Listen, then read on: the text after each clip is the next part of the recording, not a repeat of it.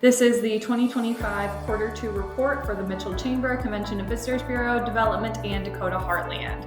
Starting off with the Mitchell Area Chamber of Commerce.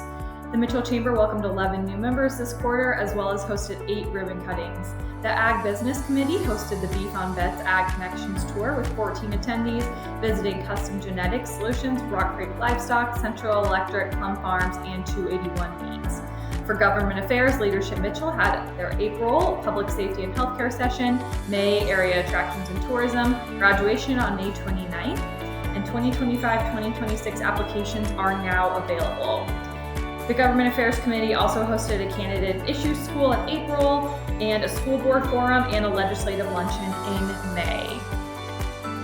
The Connect Mitchell Committee had 3 First Friday coffees at Short-Staffed, the Design Art Group, and Life Serve Blood Center.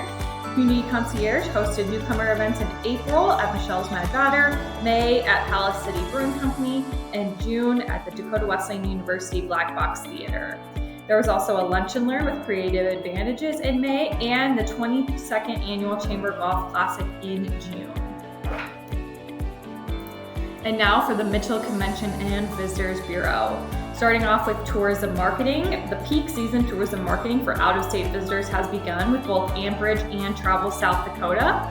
We've also seen that 2025 hotel occupancy and entertainment tax is up versus 2024. The new 2025 Mitchell Guide has been published and distributed, and visitor center brochure slots have been sold and welcome staff has started. For tourism events, there was International Roundup on April 28th through May 1st, where we welcomed international tour operators to Mitchell, and staff went out to Rapid City to represent Mitchell to bus tour operators. There was also the South Dakota annual meeting in Lit Swap on May 1st, where we dropped off 60 boxes of visitor guides to be distributed around the state. National Travel and Tourism Week was May 4th through 10th, and there was a social media giveaway for Corn Palace Festival concert tickets and a Depot gift card. Then Forever 605 Day was June 6th, and Visit Mitchell social media campaign highlighted the attractions. Then moving on to local marketing, we've done advertisements in 605 Magazine, full page ads featuring local events May through August. Motor Magazine, we've had advertisements for Mitchell events, and Midco, we've had television advertisements for First Fridays and Pre-Sturgis Party. Now moving on to the Mitchell Area Development Corporation. For workforce, the Young Professionals Group continues to meet. They had trivia in April, May, and June, and then in June they also hosted a social hour and a Frisbee golf tournament. There are also workforce events. April, they had a job fair at the Corn Palace. May, there was a statewide virtual job fair, and June, a drive-through job fair. There's also the summer internship program that was just launched, offering $250 scholarship to Dakota Wesleyan and Mitchell Tech students who live and work in the community this summer.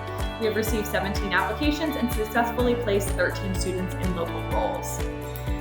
And workforce housing, the Ridgeview on Foster, a new home was placed, and the home was constructed by Mitchell Technical College students and placed on land generously donated by Avera Queen of Peace Hospital to the MADC. The development is being led by Mitchell Area Housing, which plans to eventually place 60 new homes on this site. The first 2 governor's houses were placed in the South Lake Housing Development this quarter, and one home has already sold, and the other one is pending. Construction has resumed in both Ridgeview on Foster and South Lake developments. Curb, gutter, and street paving are actively underway in both areas. They also continue to make steady progress on their housing rehabilitation efforts, helping income-qualified residents stay in their home. The Development Corporation closed on just under 20 acres for a new industrial park. This land acquisition positions Mitchell for future business growth and development. They also worked with the Davison Regional Rail Authority to transfer $12.6 million to High Plains Processing for construction of a 7-mile rail loop.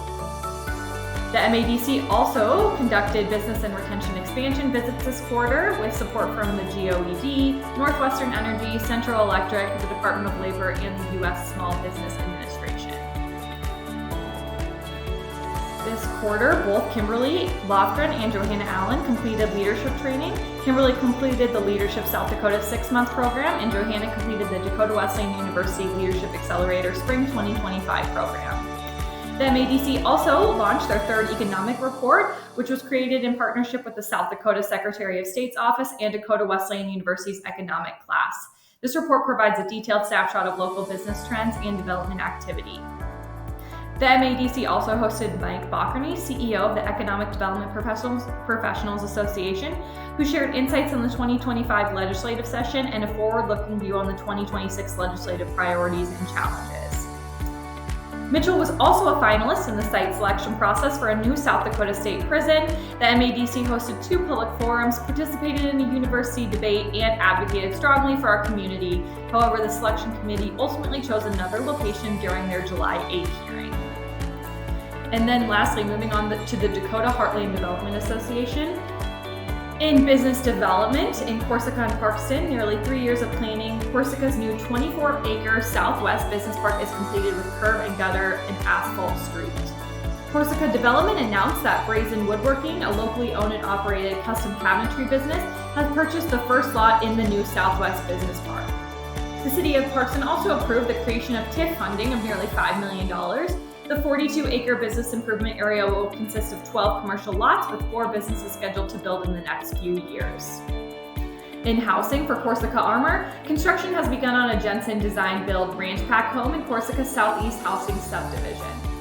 Since 2021, the 19-lot housing subdivision purchased by Corsica has filled all but 4 lots. Arbor's East Housing Subdivision has 4 of its 37 lots already sold, with 1 built home and 1 under construction. The housing subdivision opened last fall for construction.